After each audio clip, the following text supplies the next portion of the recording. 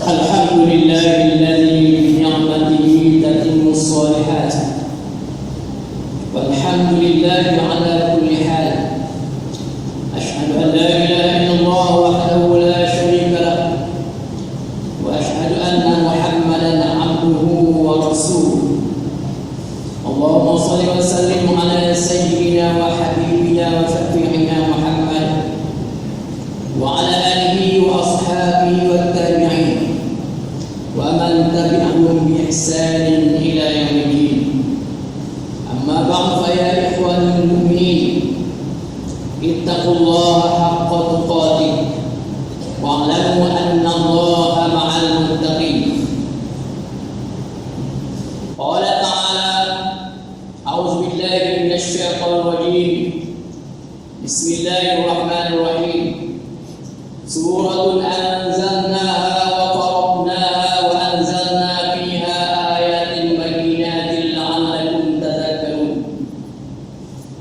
الزانية والزاني فاجلدوا كل واحد منهما 100 جلدة ولا تأخذكم بهما رأفة في دين الله إن كنتم تؤمنون بالله واليوم الآخر وليشهد عذابهما طائفة من المؤمنين.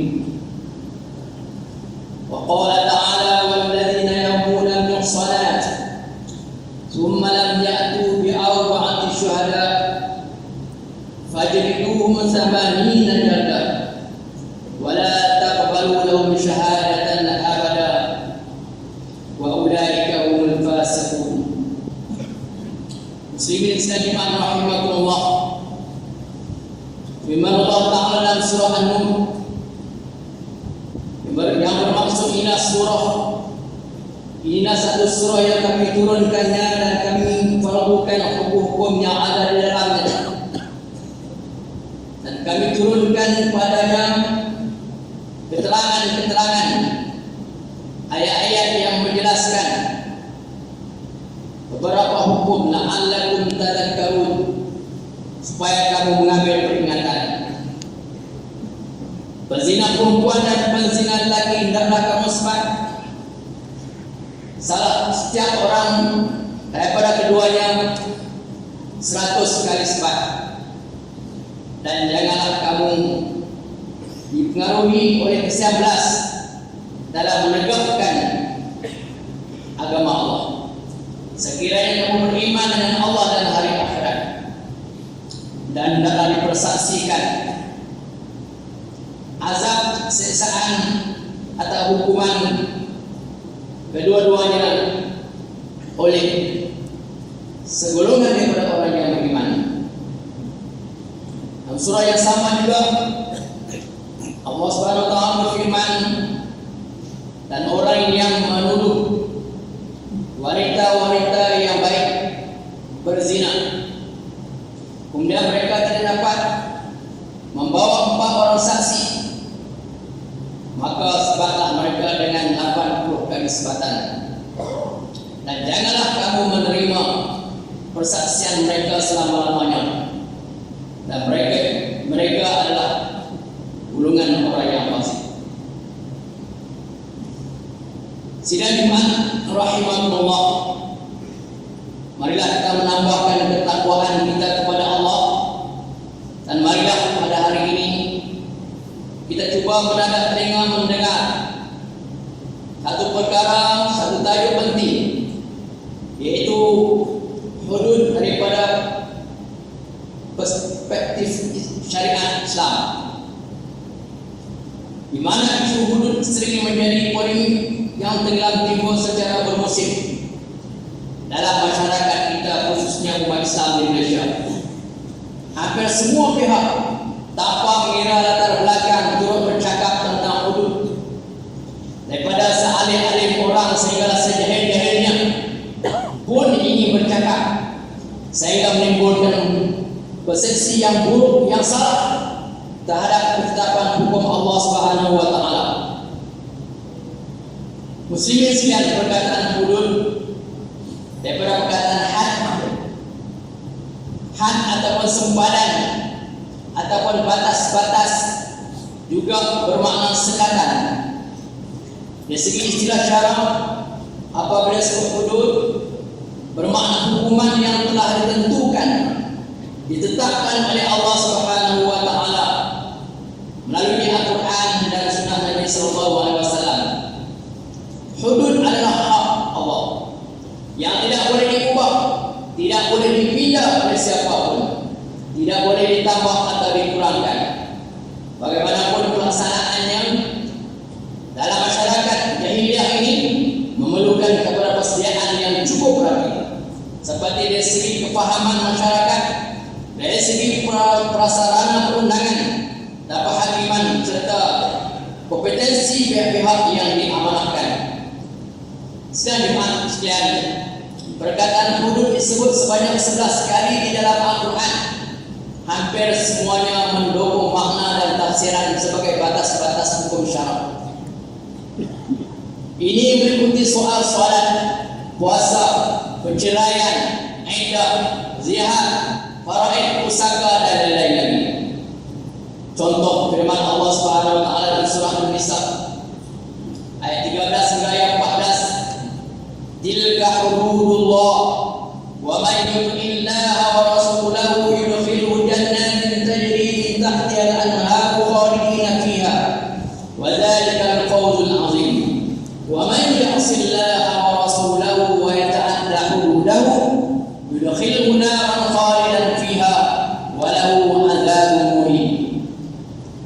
Segala hukum yang tersebut adalah batas-batas syariat Allah, dan siapa yang taat kepada Allah dan Rasulnya akan dimasukkan oleh Allah ke dalam surga yang mengalir di bawahnya beberapa batang sungai. Mereka kekal di dalamnya, dan itulah kejayaan yang amat besar. Sebaliknya, siapa yang durhaka kepada Allah dan Rasulnya dan melampaui batas-batas syariatnya, yakni hududullah, akan dimasukkan oleh Allah ke dalam api neraka. Kekal dia di dalamnya, dan baginya azab siksaan yang amat menghina. Perkataan hudud dalam ayat tersebut diulang sebanyak 2 kali. Namun ia langsung tidak merujuk kepada aspek jinayah syariah. Ini kerana hudud mempunyai pengertian yang luas, meliputi semua hukum taklifi yang wajib diikuti dan dihindari. Sebenarnya, kewajiban beribadah seperti solat, puasa, zakat dan sebagainya juga merupakan suatu kepatuhan hukum dan peraturan-peraturan atau undang-undang Allah, termasuk dalam istilah perkataan Al-Quran hudud. Ia tidak terbatas kepada undang-undang jinayah syariah semata-mata. Justru sebagai orang Islam, hakikatnya kita telah melaksanakan sebagian besar hukum dan peraturan atau undang-undang tersebut, undang-undang hudud tersebut setiap hari tanpa menyebutkan istilah hudud. Mengapa hari ini timbul persepsi yang salah, yang sempit, yang jauh menyimpang apabila disebut perkataan hudud, sehingga menimbulkan polemik dan membawa fitnah kepada syariat Islam itu sendiri, malah kepada Islam keseluruhannya. Yang terlintas di pikiran mereka hanyalah kekerasan dan kekejaman, sedangkan hudud seperti yang dijelaskan tadi adalah had dan batas-batas hukum dan sempadan yang ditentukan oleh Allah Subhanahu wa taala, sama seperti mana ibadat sembahyang, puasa dan sebagainya. Sekalian, marilah kita telusuri situasi undang-undang sekarang yang sedang berjalan dan diperjuangkan di seluruh dunia, bahkan diterima baik oleh masyarakat, walaupun dia yang bukanlah daripada syariat Islam, atas nama keadilan dan hak asasi.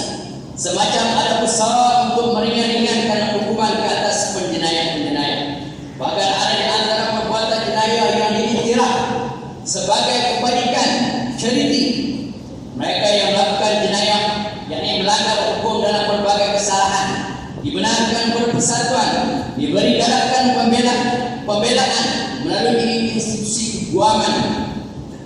Keadaan ini telah menyebabkan matlamat untuk membasmi perbuatan jenayah semakin sukar. Penguasaan undang-undang pula lebih difokuskan kepada persoalan teknikal bagi menentukan suatu habitat dan bukan kesan jenayah yang dilakukan yang menjadi ancaman kepada kesejahteraan awam.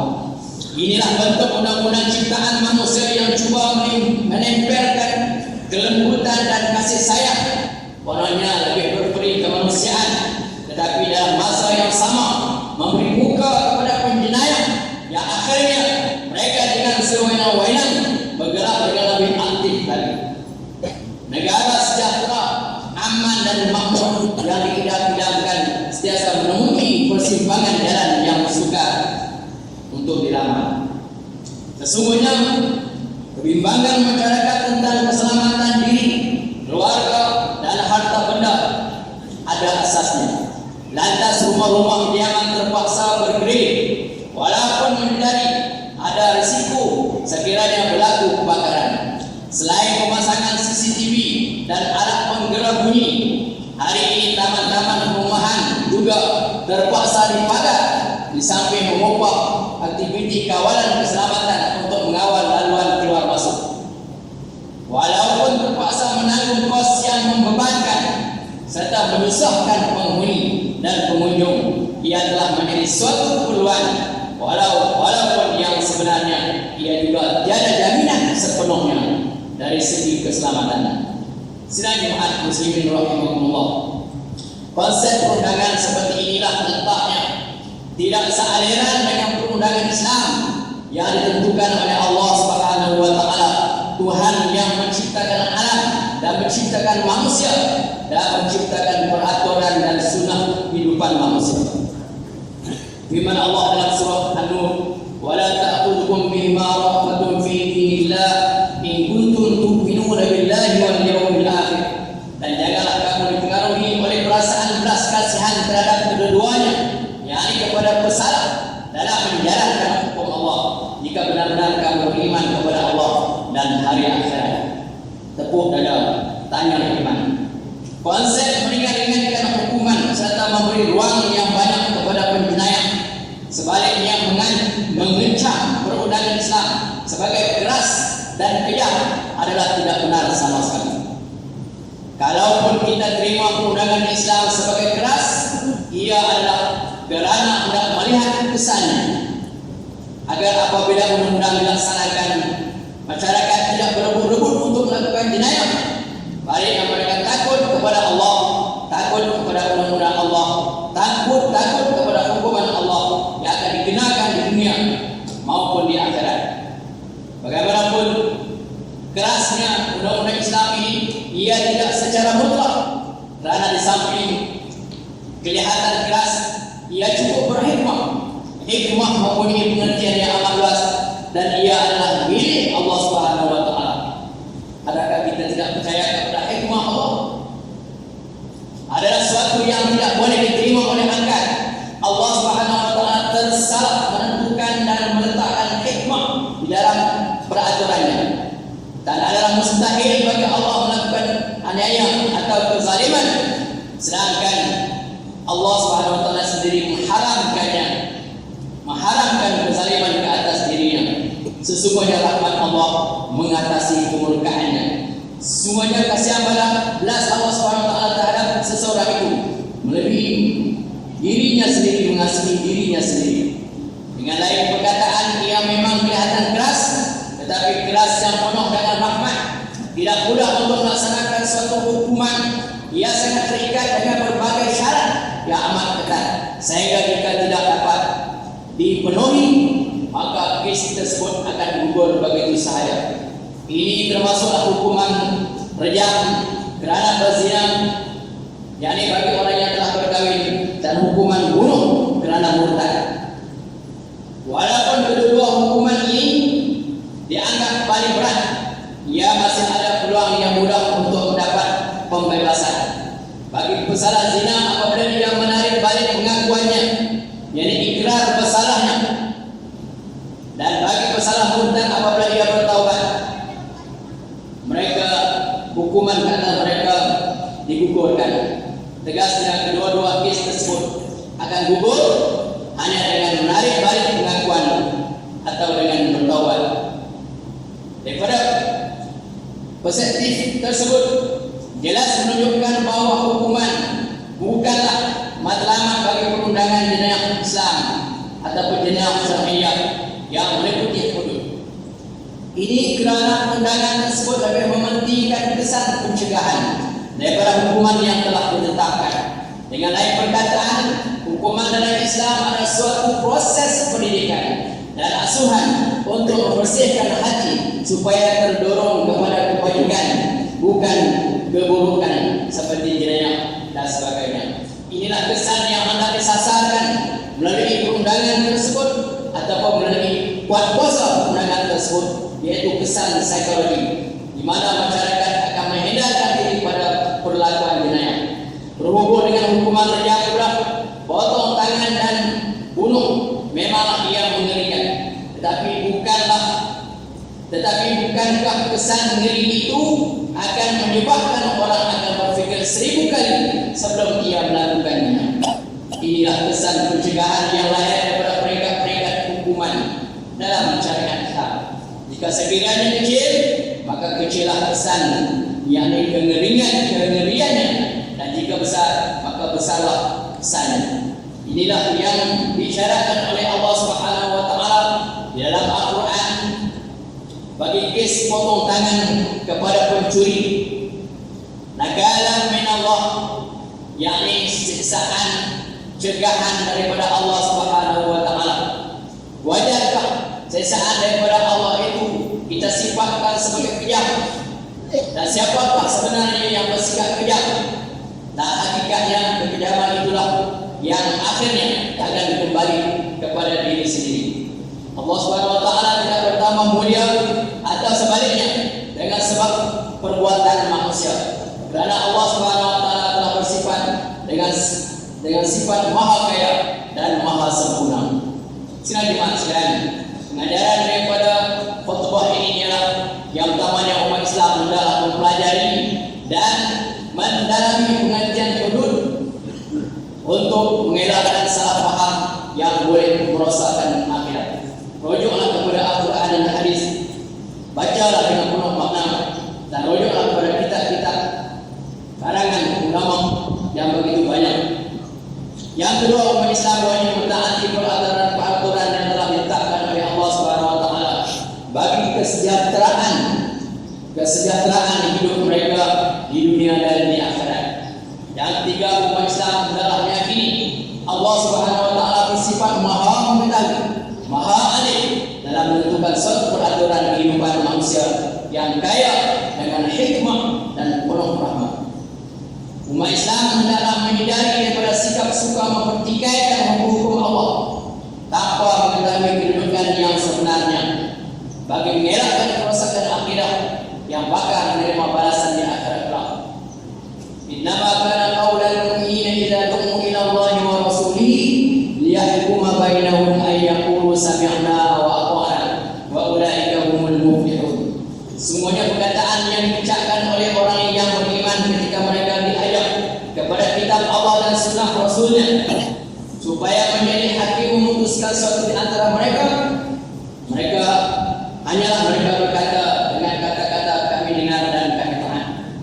Dan mereka itulah orang yang beroleh kejayaan. Barakallahu li wa lakum bil Qur'anil azim. Wa nafa'ani wa iyyakum bima fihi min ayati wa dhikril hakim.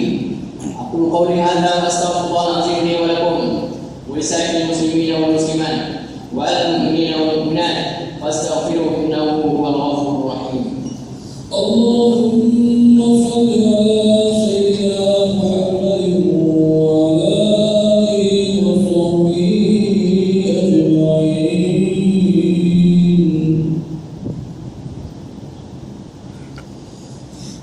Alhamdulillahilladzi an'amana bi ni'matil iman wal islam wa arshadna siratal mustaqim. Asyhadu an la ilaha illallah wahdahu la syarika lah wa asyhadu anna Muhammadan abduhu wa rasuluh. Allahumma shalli wa sallim wa barik ala sayyidil mursalin wa ala alihi wa ashabihi ajma'in, amma ba'd. Fa ya ayyuhal mu'minun ittaqullah wa yu'allimukumullah. Muslimin sekalian rahimakumullah. Sebelum mengakhiri khutbah ini, marilah kita memikirkan beberapa persoalan. Soalan yang pertama, siapakah kita yang hendak mempertikaikan hukum-hukum Allah? Soalan yang kedua, adakah mereka yang tidak bersetuju dengan jenayah, dengan hukuman jenayah syariah hudud ini?